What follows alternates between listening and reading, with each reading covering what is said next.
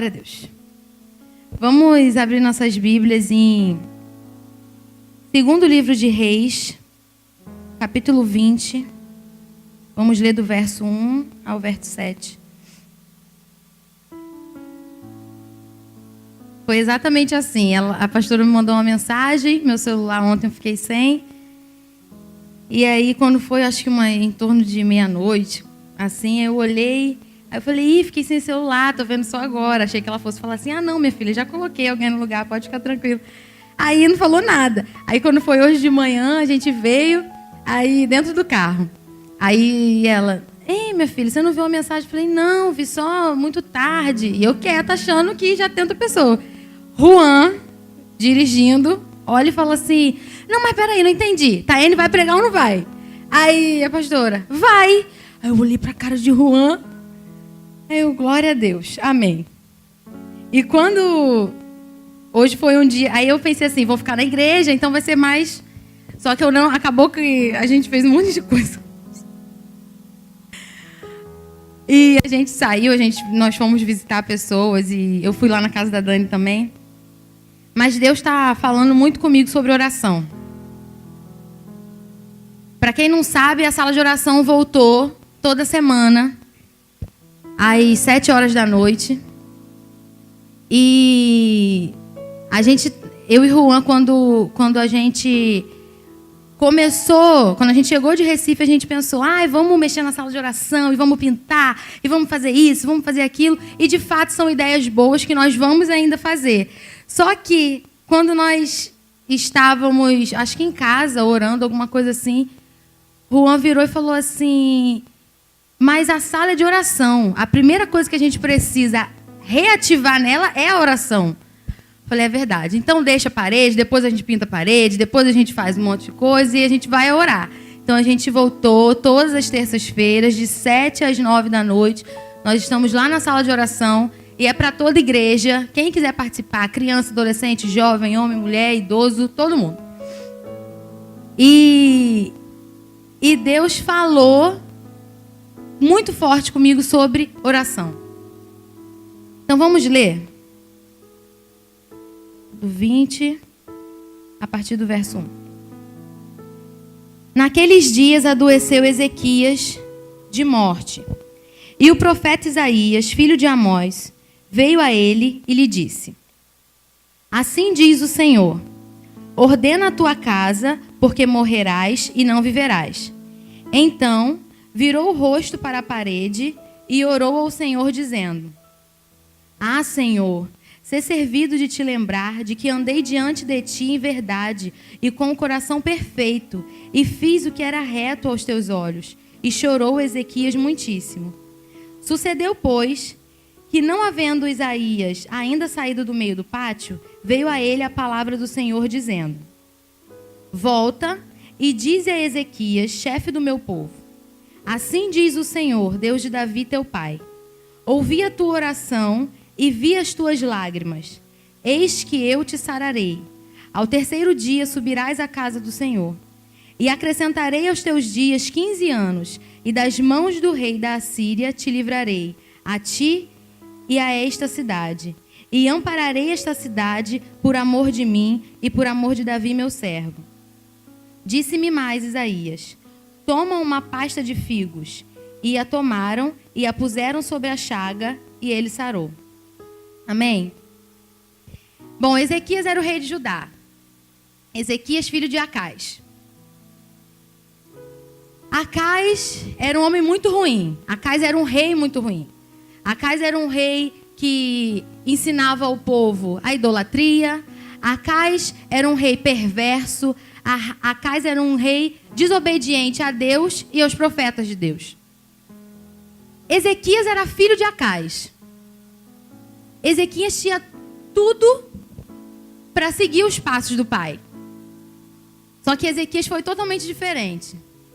Quando Ezequias foi levantado como rei de Judá, ele fez tudo ao contrário. Ele destruiu a idolatria. Olha, Acás era tão idólatra que parece que ele ofereceu um filho dele.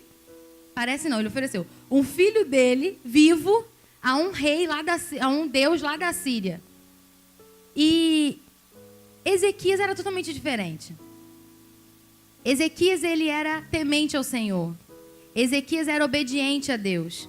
Nos capítulos anteriores fala sobre como que Deus olhava para Ezequias. Como Deus olhava e via que Ezequias era reto. Que Ezequias tinha misericórdia. Que Ezequias era bondoso. E Ezequias, além de destruir, Ezequias teve um papel muito difícil. Que hoje em dia não é diferente. Se nós falamos que existe algo que pode nos dar coisas, a fila vai ser enorme. Então, naquela época, com idolatrias, com deuses, Ezequias se levantou contra os deuses e começou a restaurar e reerguer a adoração a Deus naquele lugar. Então, Ezequias tinha um diferencial. E eu já vi muitas pregações dizendo que Ezequias alcançou a misericórdia de Deus porque quando ele falou quando ele virou para Deus, ele falou, né, quando ele orou, ele falou para Deus: "Ah, Deus, lembra? Eu sou isso. Poxa, eu fiz o que o Senhor estava me mandando. Eu fui reto diante de ti." E aí eu já ouvi homens de Deus mesmo falarem que Deus, ele só curou Ezequias e só respondeu Ezequias porque Deus não gosta de ficar devendo nada a ninguém. E durante muito tempo eu ouvi isso e tudo bem. Só que não foi isso que moveu o coração de Deus a sarar Ezequias. Até porque Deus abate soberbo. Se Ezequias se levanta com autoridade, olha para Deus e fala para ele lembrar que ele tem um coração perfeito e fez tudo que era reto aos olhos de Deus, Deus ia sarar ele? Com soberba no coração? Deus abate. Mas Ezequias, ele alcançou a misericórdia da parte de Deus porque ele fez algo que muitas das vezes eu e você não fazemos. Quando nós ouvimos uma palavra, quando nós ouvimos um diagnóstico, quando nós ouvimos tantas coisas, nós olhamos para o outro, nós ligamos para o pastor, nós ligamos para a pastora, nós ligamos para os missionários, ligamos para os nossos amigos, pedimos para as pessoas orarem por nós. De fato, a gente pede. Mas muitas das vezes nós não fazemos o que Ezequias fez. Isaías estava ali, Isaías estava falando. Ezequias não pensou duas vezes. Ele se virou.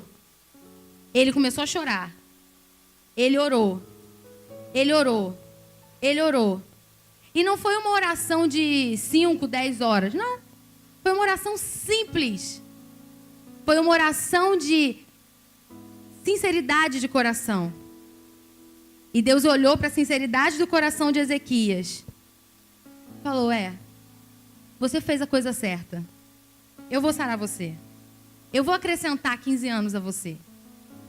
E interessante é que lá em Ezequias, em 2 Reis 19, no verso 14, diz assim, vou ler rapidinho. Recebendo, pois, Ezequias as cartas das mãos dos mensageiros e lendo-as, subiu à casa do Senhor. E Ezequias as estendeu perante o Senhor. E orou. Ezequias perante o Senhor e disse: Ó Senhor Deus de Israel, que habita entre os querubins, Tu fizestes os céus e a terra. Inclina, Senhor, o teu ouvido e ouve. Abre, Senhor, os teus olhos e olha. E ouve as palavras de Senaqueribe, que ele enviou para afrontar o Deus vivo. Verdade é, ó Senhor, que os reis da Assíria assolaram as nações e as suas terras, e lançaram os seus deuses no fogo, porquanto deuses não eram, mas obra de mãos de homens, madeira e pedra. Por isso os destruíram. Agora, pois, ó Senhor, nosso Deus, ser servido de nos livrar da sua mão, e assim saberão todos os reinos da terra, que só tu és o Senhor Deus. Então, Ezequias, ele não orou somente quando ele recebeu uma palavra sobre a vida dele de morte. Mas Ezequias, ele recebeu uma mensagem falando da destruição de um povo. E ele se colocou como intercessor, ele se colocou na brecha, ele se colocou como intercessor perante a Deus do povo. E ele falou: Senhor, não permita que os assírios venham e destruam a gente. E aí no capítulo 20, que a gente leu, quando Deus vem e traz Isaías e fala da enfermidade de Ezequias, que Ezequias ora pela enfermidade dele, Deus responde que, além de curar a enfermidade, ele também vai livrar o povo da Assíria. Acontece comigo, não sei se acontece com você, que muitas vezes eu oro por uma coisa e só porque não acontece no meu momento, eu acho que não vai acontecer. Eu acho que Deus esqueceu. Eu acho que Deus não está nem aí. Mas aí Deus me ensina que quando eu tenho um coração quebrantado, quando eu tenho um coração sensível, quando eu tenho um coração que se importa com o outro, Ele responde para a minha vida e responde para todos. Ele olha para mim e ele diz: olha, você tem um coração reto. Eu estou vendo que você não está buscando só algo para você, mas você está orando e está pedindo algo para muitos. Você tá com visão de reino, você não está com visão egoísta. Então Deus vai e Deus abre, Deus abençoa de forma... Eu acredito que Ezequias, ele nem pensava que aquela oração do capítulo 19, talvez, fosse ser respondida junto com essa. Mas Deus vem e surpreende Ezequias e responde a oração.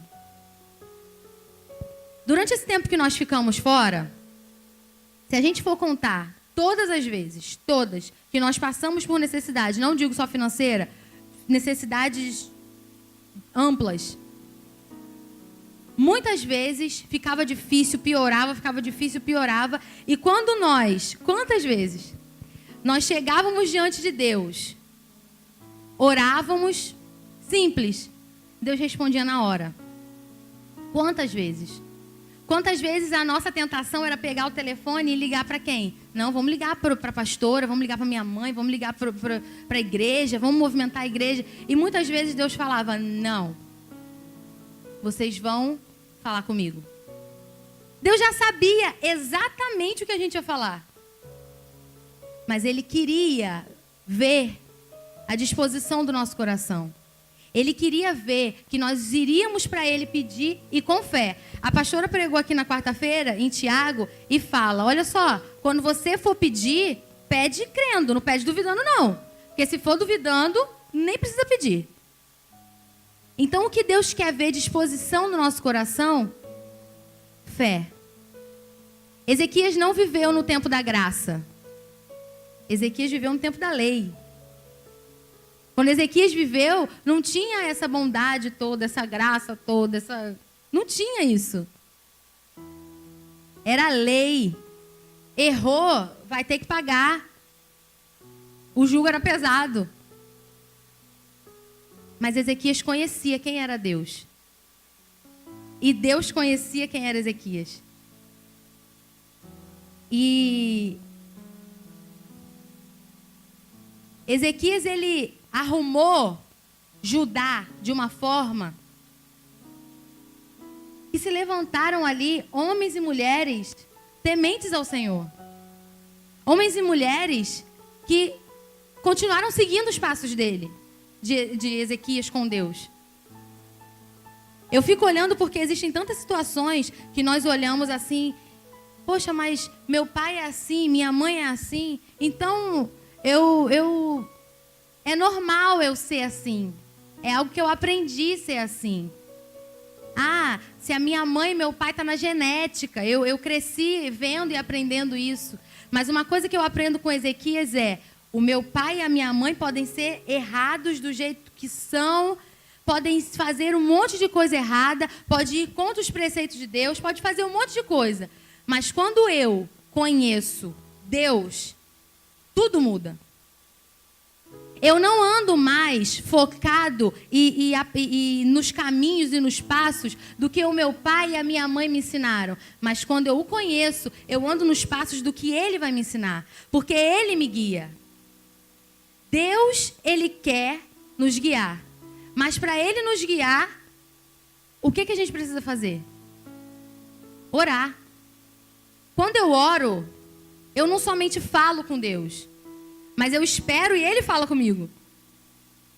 Quando eu oro, eu não somente peço. Eu não pego um monte de pedido, de problema e jogo assim e falo assim, toma. Não.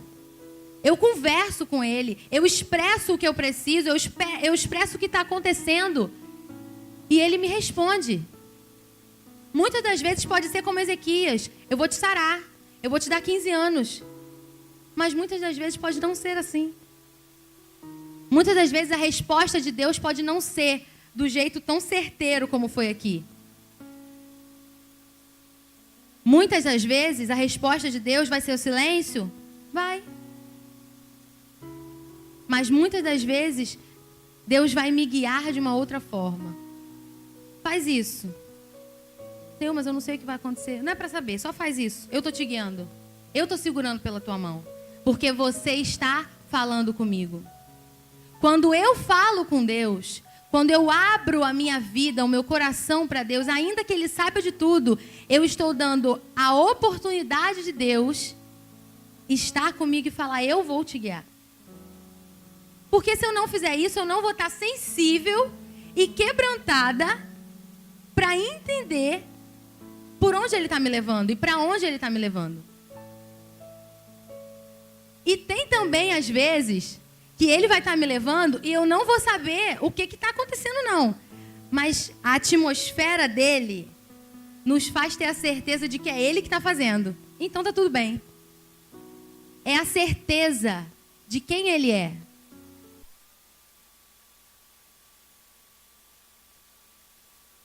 Ensina de que Ele caminha comigo.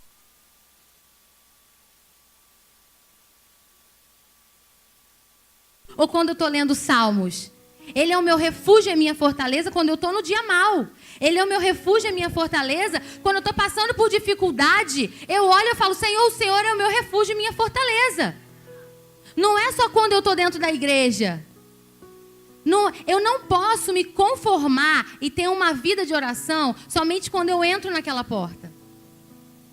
Eu não posso me conformar em orar pela minha nação somente quando a pastora faz um clamor.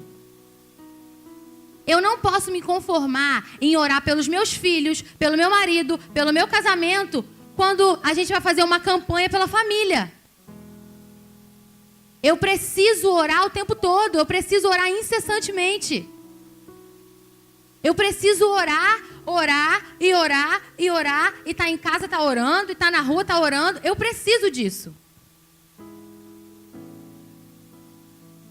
Muitas vezes quando a gente vem para a igreja, quantas vezes a gente já ouviu isso? Quantas vezes a gente já passou por isso? De vir para a igreja, louvar, aquele perfeito louvor que a gente fala, uau, subiu tudo. Ler a palavra e orar e tudo acontecer. E quando sair daqui, chegar em casa, meu vizinho às vezes nem sabe que eu sou crente, porque não ouve nem voz, nem barulho de oração. Como é que vai saber? Às vezes a gente abre nossa boca e a gente empresta para o diabo o tempo todo, perto de tantas pessoas. Mas aí no domingo a gente bota a roupa bonita e a gente vem para cá e faz o quê? Glorifica. Não é isso que Deus quer. Deus quer que a gente viva uma vida de oração. Uma vida contínua de oração. É a oração que vai me sustentar. É a oração. Em Tiago diz que se tem alguém com falta de alguma coisa, se tem enfermos, ore.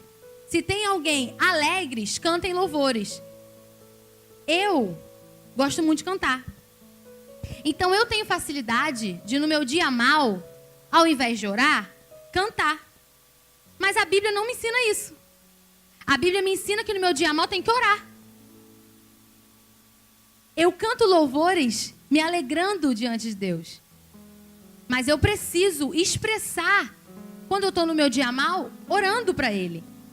Me faltam palavras, mas o Senhor entende, até quando faltam palavras. Ah, mas eu estou gaguejando. O Senhor entende quando eu estou gaguejando também. Mas eu não sei, mas o Senhor entende também. Tem um tradutor. Ele trouxe um tradutor. Para quando a gente não tiver, ele, minha filha, já sei, peraí. E nem precisaria do tradutor, porque antes da palavra chegar no nosso pensamento, ele já sabe o que a gente vai falar. Porque ele é Deus. Mas eu acho que quando eu não oro, eu diminuo o poder de Deus. Quando eu não oro, eu estou dizendo para Deus assim, não, o negócio está tão impossível que nem o Senhor pode me ajudar. Quando eu não oro, eu estou dizendo, olha, eu não creio, eu não confio. Mas quando eu oro, ainda que tudo esteja turbulento, eu estou falando assim, Senhor, eu não sei o que está acontecendo. O mar está revolto, eu não sei mesmo o que está acontecendo. Eu não sei o que está se levantando, mas uma coisa eu sei. Eu creio em Ti. Eu confio em Ti. E eu vou descansar. Juan fica brincando comigo? Porque eu gosto muito de dormir. Eu gosto de dormir. Gosto de dormir. A Lucimar também. E às vezes a situação está assim, eu oro, louvo, entrego e durmo. Dormi. Juan no outro dia está assim, meu Deus, acordei 3 horas da manhã. Eu não sei. Juan, o que foi? Você dormiu a noite toda? Nem. Não, mas como é que você consegue dormir? Não sei não. Eu sei que nada tira meu sono. E não tira mesmo. Tira não, né? Nada tira o meu sono. Exatamente. Aos seus amados Deus dá enquanto dorme. Eu tô nesse versículo aí. Aos seus amados Deus dá enquanto dorme. E eu aprendi e eu entendi que isso também faz parte de descansar em Deus. Porque se eu já orei, eu já falei com Ele, já entreguei tudo, Ele já falou comigo, já me guiou por onde eu tenho que fazer. Se eu ficar sem dormir, eu estou descansando em quem? Eu estou descansando em ninguém. Ou se estou é na força do meu braço. E como eu não posso fazer, eu não vou descansar. Eu vou ficar nervosa, porque eu não sei o que fazer. Mas quando eu oro, faço tudo e durmo, eu descanso nele. E o que ele tiver que fazer, ele faz. Mas eu creio que qualquer coisa que ele fizer é o melhor para mim. Mas eu preciso orar. Tá difícil? Jaciane, missionária Luciane, começou hoje o louvor assim. Irmãos, você teve uma semana difícil? É até engraçado perguntar. Você teve uma semana difícil? A igreja, amém. Aí ela, eu sei, eu também tive. Os tempos são maus. Nós temos semanas e dias difíceis, dias pesados. Dias que a gente levanta da cama, quem vai trabalhar e fala, Senhor, eu estou indo, mas tem misericórdia de mim. Dia de chegar em casa e falar, Senhor, glória a Deus que eu cheguei em casa. Obrigada por todos os livramentos que eu vi, que eu não vi, que eu não fiquei sabendo. Os dias são esses. Então eu sei que está difícil. E quando a missionária Luciane falou, ela falou exatamente assim, eu sei que você passou uma semana difícil porque eu passei também. Nós estamos passando por tempos difíceis. Mas se a gente não se agarrar num único que pode pegar o mar revolto e fazer se acalmar, a gente não vai descansar. A gente não vai vencer. Nós precisamos vencer. Em Atos, quando Pedro foi preso, Aí tem versões que falam que Pedro estava guardado na prisão. E aí a gente já vê o cuidado de Deus. Pedro estava guardado. Pedro estava preso, não. Pedro estava guardado. Deus, com um propósito, guardou Pedro naquela prisão. Logo depois diz assim: na noite anterior ao que o rei Herodes tinha marcado, né, para Pedro, para fazer lá o julgamento de Pedro, Pedro dormiu. Poderia ser a última noite da vida de Pedro. Ele podia morrer. No dia lá do julgamento, ele podia morrer. Mas ele dormiu. E quando ele dormiu, Deus enviou a igreja orando. A igreja estava orando. Pedro dormindo. Deus envia o anjo. Desperta, Pedro. Levanta, Pedro. Viu uma luz. As algemas se quebraram. Libertação. E Deus começa. Vem. E ele foi. O anjo levou Pedro até a metade do caminho. Não sei se era a metade, mas até uma parte do caminho. Dessa parte que o anjo deixou até a outra parte que Pedro foi, que nós sabemos, o anjo não falou para ele não. O anjo só falou com ele: vem e me segue. Ele foi. Quando chegou aqui, o anjo falou. O anjo, acho que ele não falou. Vai, falou vai.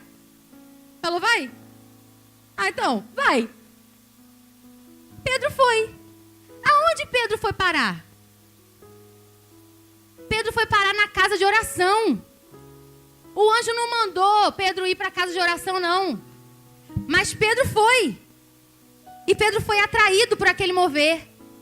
E ele chegou na casa de oração. Abre aí para mim. Acho que é Rhodes, não sei. Abre aí. Ih, eu acho que é a voz de Pedro. Ei, Pedro tá aí. Tá maluca, garota? Como é que tá aí? Ele tá preso.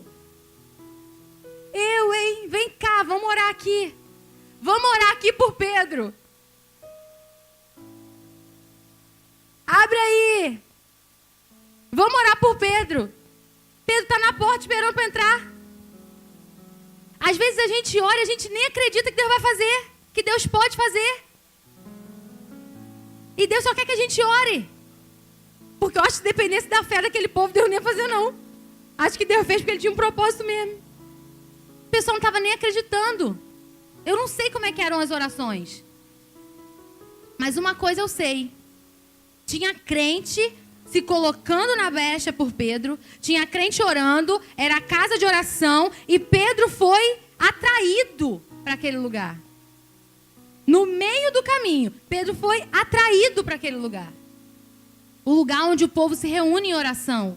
O lugar onde o povo estava adorando a Deus. O lugar onde o povo estava entronizando e reconhecendo quem era Deus. E eu acredito que aquele povo, aquela igreja, estava orando. E eu acredito que eles estavam orando para Deus de uma seguinte forma: Senhor, nós não sabemos o que vai acontecer amanhã, mas o Senhor continua sendo Deus. Pedro pode sair, mas Pedro pode morrer também. Isso não era o suficiente para fazer eles pararem de orar? Ah, pode não acontecer nada, já é amanhã. Podia ser o quê? Transferido, podia ser desmarcado, podia ser solto logo. Mas eles perseveraram em oração. E isso me chamou a atenção quando o anjo disse ou não disse vai. E Pedro foi naquela direção, daquela casa. O que a oração move? A oração, além de mover a mão de Deus, além de mover milagres, além de mover maravilhas, além de mover tantas outras coisas que só Deus pode mover, impossíveis, a oração me atrai. A oração me une. A oração me liga ao meu irmão. Pedro estava ligado. Pedro estava ligado àqueles irmãos. Pela ação do Espírito Santo. Pelo mover de Deus. Pela oração sincera. Pela oração genuína. Pela oração verdadeira. Pedro estava ligado àqueles irmãos. Será que nós estamos ligados em oração? Será que nós estamos ligados em oração? Será que Deus pode contar comigo quando eu estiver na minha casa de madrugada ou qualquer horário? Deus me despertar a orar por uma causa da tia Beth? E eu vou tranquilamente estar ligada em oração com ela? Será que a irmã Juvita, ela pode entrar em contato, falar com Deus, e Deus me tocar, ou Deus tocar ela, orar por mim? Nós precisamos estar ligados em oração. Nós precisamos estar conectados em oração. Porque nós somos uma família. Quando falar, nós somos um corpo, mas nós somos uma família. Nós somos uma família. E Deus, Ele precisa poder contar com a gente. E não é só na conquistão da vitória. Quantas e quantas experiências nós já tivemos. Minha mãe é mestre disso. Minha mãe entra no ônibus, van, rua. Vem alguém e fala assim: irmã, Deus está mandando te falar isso aqui, estou orando por você, pela sua causa. Gente que nem conhece minha mãe, fala do meu irmão, fala de mim, fala de um monte de coisa. Tô vendo, ela é missionária, eu cuido dela. Eu falei, opa, como isso, gente? É estar ligado em oração. Quando meu irmão, ele foi preso, minha mãe dentro da van, normal, andando na van. Quando ela desceu, a moça veio, falou: irmã, preciso falar uma coisa para você. Minha mãe: oi, irmã, rapaz, minha mãe, acho que ela tentou puxar na memória se ela conhecia. E a moça começou a falar do pai do meu irmão, começou a falar do meu irmão, começou a falar do irmão do meu irmão, começou a falar da vida toda. Minha mãe chorava, minha mãe chorava. Quando minha mãe me ligou, eu falei para ela assim: poxa, mãe, eu precisando ouvir Deus só fala assim no ônibus e na van com a senhora, não manda nem o profeta falar comigo. Ela: garota, mas ele usou para falar para você também. Eu falei: então manda aí. Conectado em oração. Não existe placa denominacional.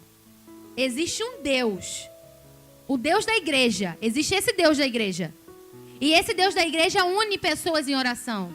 Esse Deus da igreja une pessoas em propósito. Une pessoas nesse movimento santo. Ele une pessoas nesse movimento. Esse é o movimento que Ele quer. É eu orando por você, você orando por ele, outro orando por outro, orando por lá de fora, orando pela rua, orando pelo Brasil. Eu não quero saber, Deus não quer saber quem é que vai votar em Bolsonaro e quem é que não vai.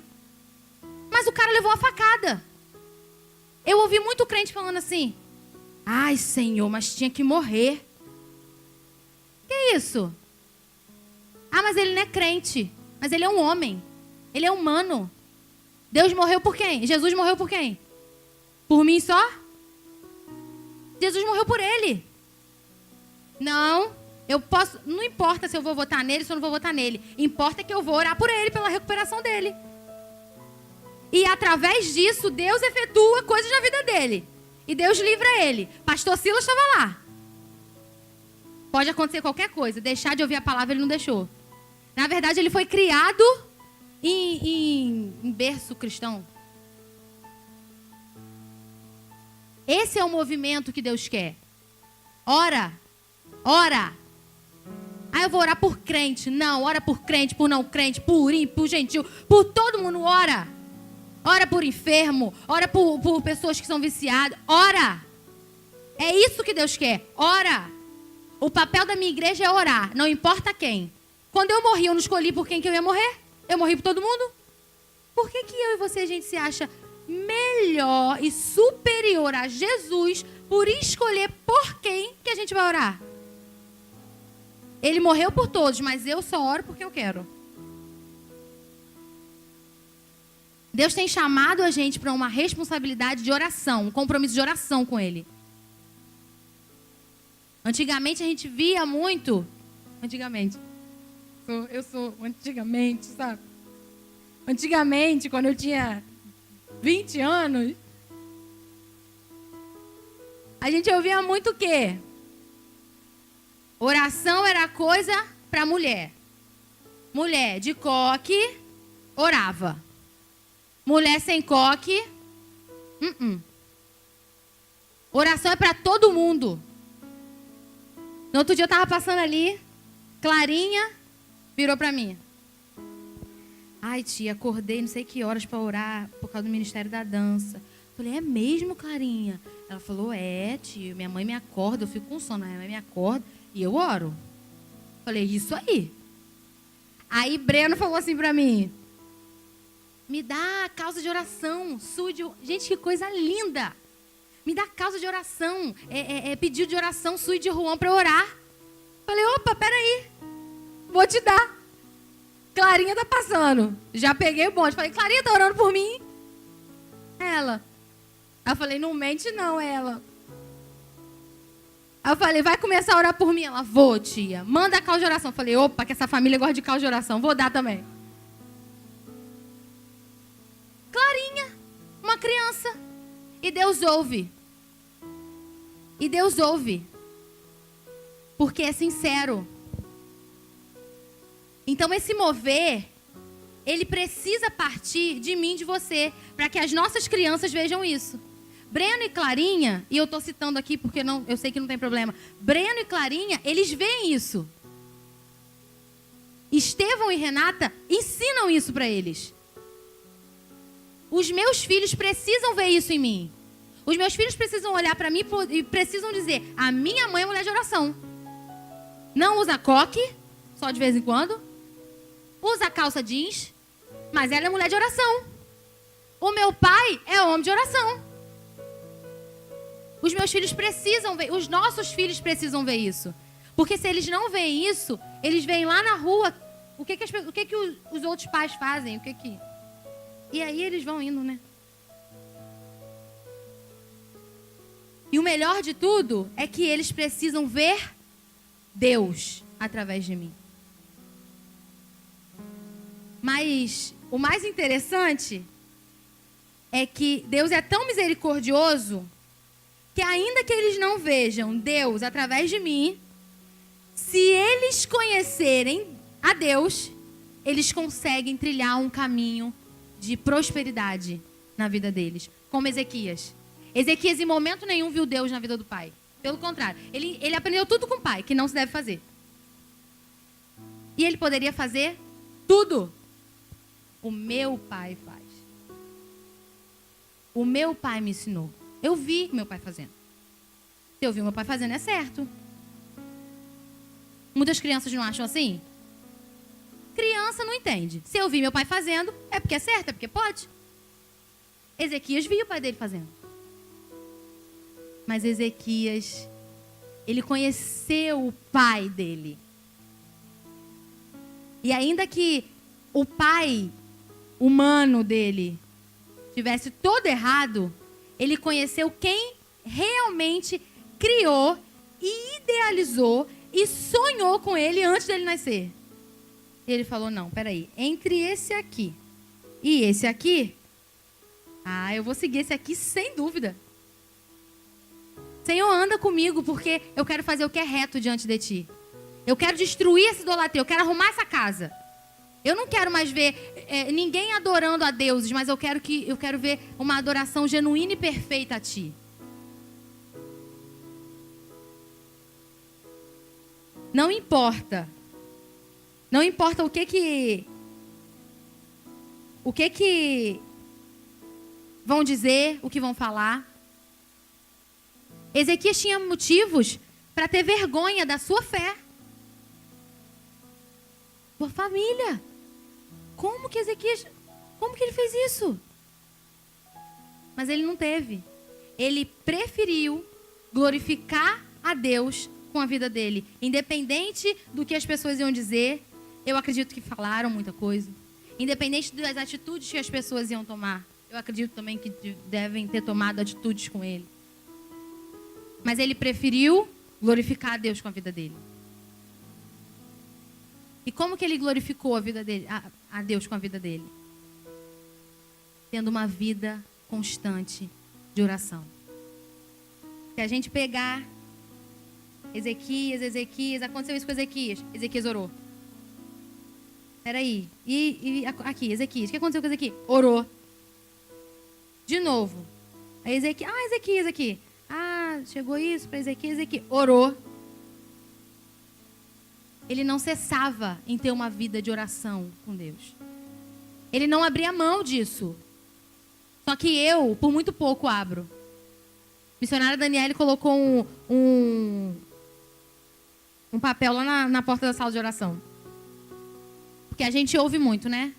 Eu não oro, não venho para a sala de oração, ou não oro em casa mesmo, porque eu não tenho tempo. E ela botou assim, falta de oração não é questão de falta de tempo, é questão de falta de prioridade. Se eu não tenho prioridade, se eu não coloco Deus como minha prioridade, realmente eu não vou ter tempo para orar. Eu não vou ter tempo para orar, eu não vou ter tempo para ler a Bíblia. Eu só vou vir para a igreja para a pastora depois não me ligar ou não brigar comigo. Tem muita gente que vem para a igreja só para isso. Não tem vida com Deus. Não ora, não busca, não jejua, não gosta de adorar, reclama do horário do culto, reclama se é cedo, reclama que tá tarde, reclama do louvor, reclama da palavra, reclama da oferta. Só vem para o culto para quê? Bati cartão. Pastor Sileide, vou embora. Deus vê o nosso coração. Deus vê o nosso coração. Deus, Ele tem nos chamado a despertamento de oração. Hoje pela manhã, nós estávamos orando aqui. E enquanto nós orávamos, Deus falou sobre despertamento.